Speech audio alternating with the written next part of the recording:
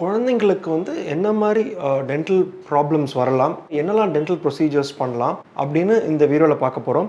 So யூஷுவலாக நம்ம வந்து நிறைய வீடியோஸ் டென்டல் இம்ப்ளான்ட் பற்றி பேசியிருக்கோம். பட் ஸ்பெசிஃபிக்காக குழந்தைங்களுக்கு பற்றி பார்க்கும்போது என்னெல்லாம் ப்ராப்ளம் வரும் அப்படின்னு நம்ம பார்க்கும்போது யூஷுவலாக குழந்தைங்களோட ஏஜை வந்து மூணாக ஸ்ப்ளிட் பண்ணிக்கலாம். யூஷுவலாக வந்து அந்த ப்ரைமரி டென்டிஷன் பேர். அப்படின்னா என்னென்னா அந்த ப்ரைமரி டென்டிஷன் வந்து அந்த குழந்தை பிறந்து அந்த பால் பல்லு முளைக்க ஆரம்பித்து எல்லா பால் பல்லும் வளர்கிற வயசு வரைக்கும் டிப்பிக்கலாக அதான் பிரைமரி டென்டிஷன் பேர். இந்த பிரைமரி டென்டிஷன் முடிச்சுட்டு வந்து மிக்சட் டென்டிஷன் ஒரு ஸ்டேஜ், அடுத்த ஸ்டேஜ் வரும். இந்த மிக்சட் டென்டிஷன் வந்து நெக்ஸ்ட் ஸ்டேஜ், அதாவது பால் பல்லும் இருக்கும், கொஞ்சம் கொஞ்சம் பால் பல்லு விழ ஆரம்பிச்சு பெர்மனன்ட் பல்லும் வர ஆரம்பிக்கும். ஸோ வாயில் பால் பல்லும் இருக்கும், பெர்மனன்ட் பல்லும் இருக்கும். அது மிக்சட் டென்டிஷன்.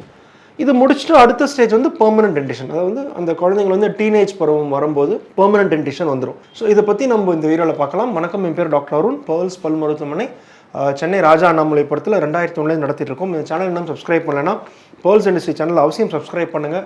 நிறைய videos dental health, dental awareness சம்மந்தமாக செஞ்சுட்ருக்கோம்.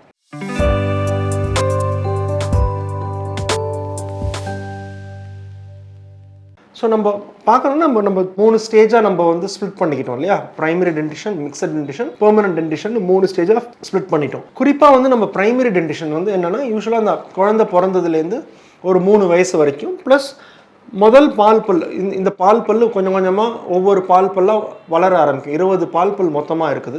மேல் தடையில் 10, கீழ் தடையில் 10. ஸோ அந்தந்த வயதுக்கு ஏற்ற மாதிரி பால் பல் வளர ஆரம்பிக்கும். இது டிப்பிக்கலாக முதல் பால் பல் ஆடி விழும்போது 6.5 to 7 years ஆகும் குழந்தைங்களுக்கு. ஸோ இந்த ஸ்டேஜ் தான் இந்த பிரைமரி டென்டிஷன் ஸ்டேஜ். இதில் நம்ம முக்கியமாக என்ன கவனிக்க வேண்டும் அப்படின்னா, பல்லு முளைக்கும் போது என்ன மாதிரி ப்ரஷிங் பண்ணுறோம். ஏன்னா ப்ரஷ் யூஸ் பண்ண முடியாது, ஃப்ளூரைட் பேஸ்ட் யூஸ் பண்ண மாட்டோம், நான் ஃப்ளூரிடேட்டட் பேஸ்ட் யூஸ் பண்ணுவோம்.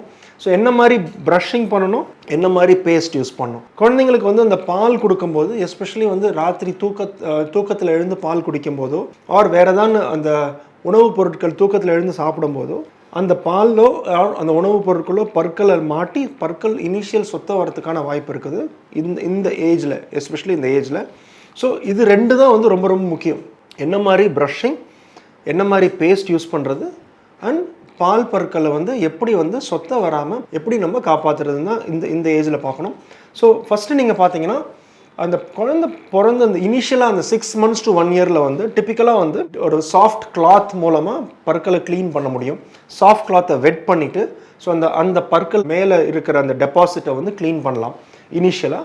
நெக்ஸ்ட் ஸ்டேஜ் கொஞ்சம் அந்த பற்கள் முளைக்க ஆரம்பித்ததுக்கப்புறம் ஃபிங்கர் ப்ரஷ் இருக்கும். நம்ம ஃபிங்கரில் வந்து ப்ரஷ் அப்ளை பண்ணிவிட்டு நம்ம ப்ரஷ் பண்ண முடியும் குழந்தைங்களுக்கு.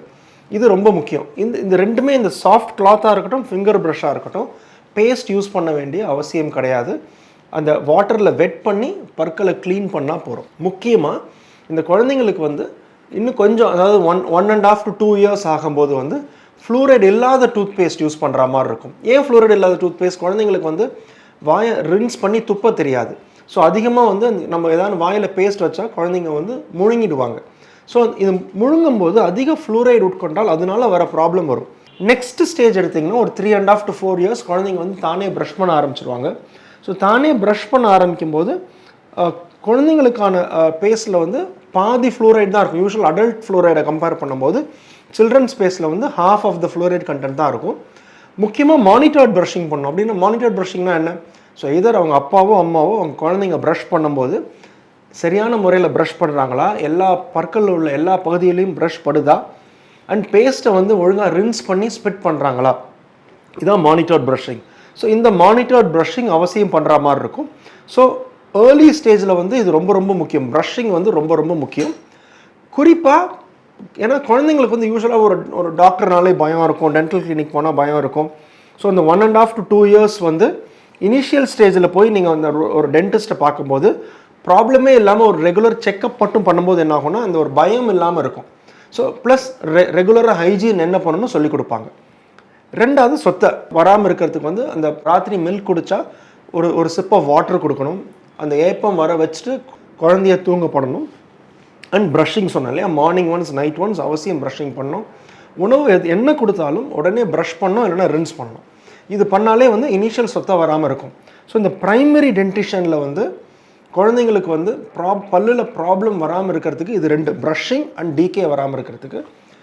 பற்கள் முளைக்கும் போது சில சமயம் வந்து ஒரு பற்கள் வலினால குழந்தைங்களுக்கு அந்த நேரத்தில் மட்டும் கொஞ்சம் ஸ்லைட்டாக ஒரு ஃபீவர் வரலாம். அந்த இடம் அந்த நம்ம பற்கள் வர இடம் கொஞ்சம் வீங்கின மாதிரி இருக்கும். அதுக்கு வந்து ஒரு சின்ன எதுவும் மருந்து கொடுக்கணும்னு கிடையாது. யூஸ்வலாக அந்த பற்கள் முளைக்கும் போது தானே சரியாயிடும். இதெல்லாம் தான் நம்ம கவனிக்க வேண்டியது. இந்த வீடியோவில் பிரைமரி டென்டிஷன் பற்றி பேசணும். வரப்போகிற வீடியோவில் இந்த மிக்சட் டென்டிஷனும் பெர்மனன்ட் டென்டிஷன் பற்றியும் நம்ம பார்க்கலாம். இதில் ஏதாவது ஸ்பெசிஃபிக்காக உங்களுக்கு கொஸ்டின் இருக்குது, வேறு ஏதாவது பற்றி வீடியோ பண்ணணும்னா அவசியம் கமெண்ட் செக்ஷனில் கமெண்ட் பண்ணுங்கள். அடுத்த வீடியோவில் சந்திக்கிற வரைக்கும் டாக்டர் அருண், பேர்ல்ஸ் பல் மருத்துவமனையிலேருந்து பேசுகிறேன். நன்றி, வணக்கம் அண்ட் தேங்க்யூங்க.